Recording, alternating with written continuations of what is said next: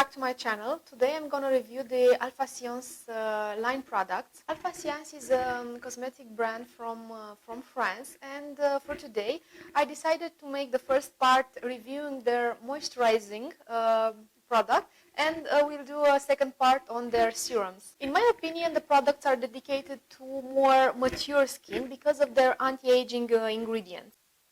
So the product we are going to talk about is the Surface SR from Alphascience. At the first glance, the product contains a lot of humectants, a lot of emollients that manage to attract the water into the skin and also decrease the transepidermal water loss. Hyaluronic acid, glycerin, they're just great ingredients, and also the jojoba esters, which are made from jojoba oil. You know that this oil is a non-comedogenic, very light oil, and also you can find silicones.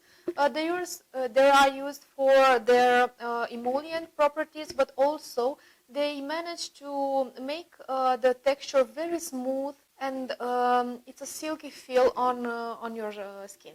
Contains soy isoflavones, which are phytoestrogens from the soybean. The most potent is genistein, a potent antioxidant, which is known to protect the skin against the redness induced by the UV radiation.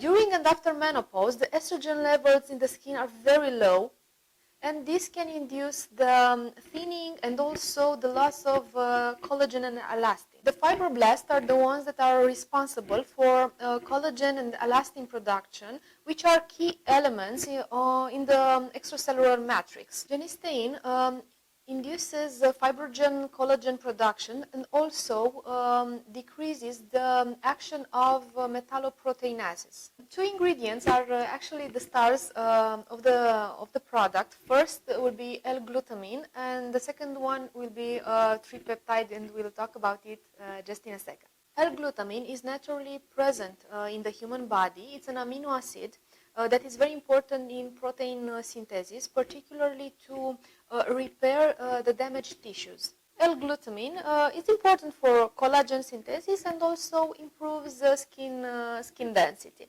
And the other ingredient is a tripeptide that has a very long name, but it's a very small molecule. It's a tripeptide because it's made of three amino acids, but its molecular weight is very low. It's about 500 daltons. This molecule belongs to Botox in a jar type of peptides, which target wrinkles that are made by facial movements, such as wrinkles in the crow's feet or wrinkles in the glabella, or those are which are made by raising the eyebrows. This tripeptide, it's very similar, and it's inspired by Vaglerin-1, which is a peptide that's actually in the venom of the temple viper.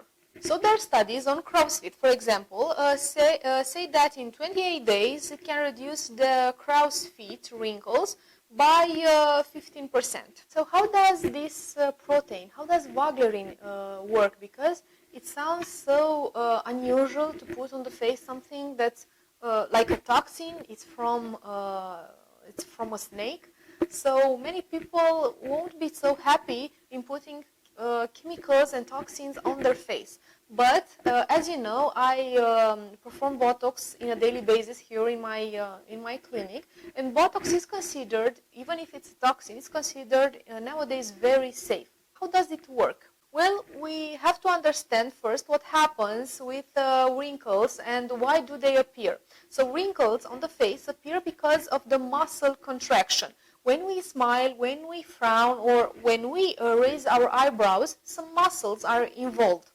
Acetylcholine, it's a mediator, it's a neuromediator actually, that allows the impulse to be transmitted from the neurons to our muscles. Botox actually acts on this neuromediator. That means it won't allow the acetylcholine to go into the space between the axon, the neuron, and the muscles, so the impulse cannot be transmitted. When we perform Botox, it takes about a couple of days to kick in, And even if we want to frown, we just cannot do this because acetylcholine release in this space it's inhibited. Vaglerine acts in a different way. The snake's venom contains a lot of proteins, enzymes, which help him squeeze and paralyze the prey. One of the enzymes in his venom contains acetylcholinesterase, which is an enzyme that inhibits the activity of acetylcholine. So as Botox, you see that it has more or less the same effect by inhibiting the action of the neuromediator. If we have no neuromediator, the contraction cannot happen. So this sounds great, but we have to be very realistic that a moisturizer, a product applied topical, cannot have the same effect of a Botox. And that's because when I do Botox on my patients, when I perform this procedure, I inject the substance into the muscles. For example, muscles such as corrugator are kind of strong muscles, and they're not so close to the skin as the orbicularis oculi actually are. So maybe these kind of proteins really manage to penetrate the skin because they have a low molecular weight. So the science tells us that products which with a molecular weight lower than 500 Daltons can penetrate easily to the skin. Maybe they have other ingredients that help the penetration, and maybe they can catch some superficial muscle fibers, and on this part maybe it can work because as I said, the muscles are in a deep connection to the skin. The skin is very thin. We know that the skin of the eyelids is the thinnest on the whole body, but I have some doubts about the corrugator muscles because they're stronger, and we have some layers between the muscle and the dermis. So I don't know if in that part usually the topical can penetrate that deep, but the studies are promising, and maybe, as I said, it can help with the superficial muscle cells and can induce slight relaxation of them. So let's talk about the ingredients I don't appreciate in this product. First of all is the fragrance part.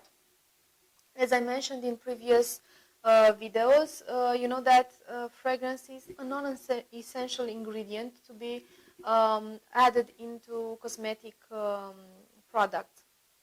We can understand the marketed value of the fragrance. It makes the product smell nicer and makes you feel the need to apply it more often. But fragrance is also an irritant for the skin.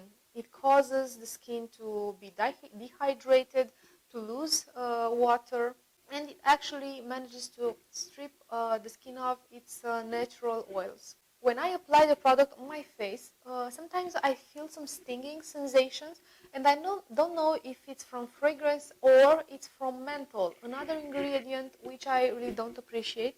Menthol is the ingredient that makes you feel a cooling sensation when applying something on the face. You can find menthol also in toothpaste, in chewing gum, maybe in some shampoos, but I usually prefer not to apply on my skin something that has such ingredients, because even though it's a natural compound, it comes from an essential oil. For example, peppermint oil contains about 40-50% menthol. Menthol also seems to act like an irritant because it increases the transepidermal water loss and induces redness and inflammation in the skin. I really hope they will improve the formula over time, and maybe they will get rid of menthol and also fragrance. But the other ingredients such as hyaluronic acid, glycerin, or jojoba oils are really very, very nice and help the skin becomes more smoothly and hydrated. This was the Surface SR, was the most important product for the moisturizing line, but they also have the Ultra Deep product. This type of moisturizer is for more mature skin, 45 or more. It has a lot of ingredients that are humectants and emollients, and also ingredients that act on photo-damaged skin. If you want me to review this specific product, please let me know in the comment box, and we'll do a separate video for Ultra Deep from Alphascience. Don't forget to subscribe, and see you next time in my videos.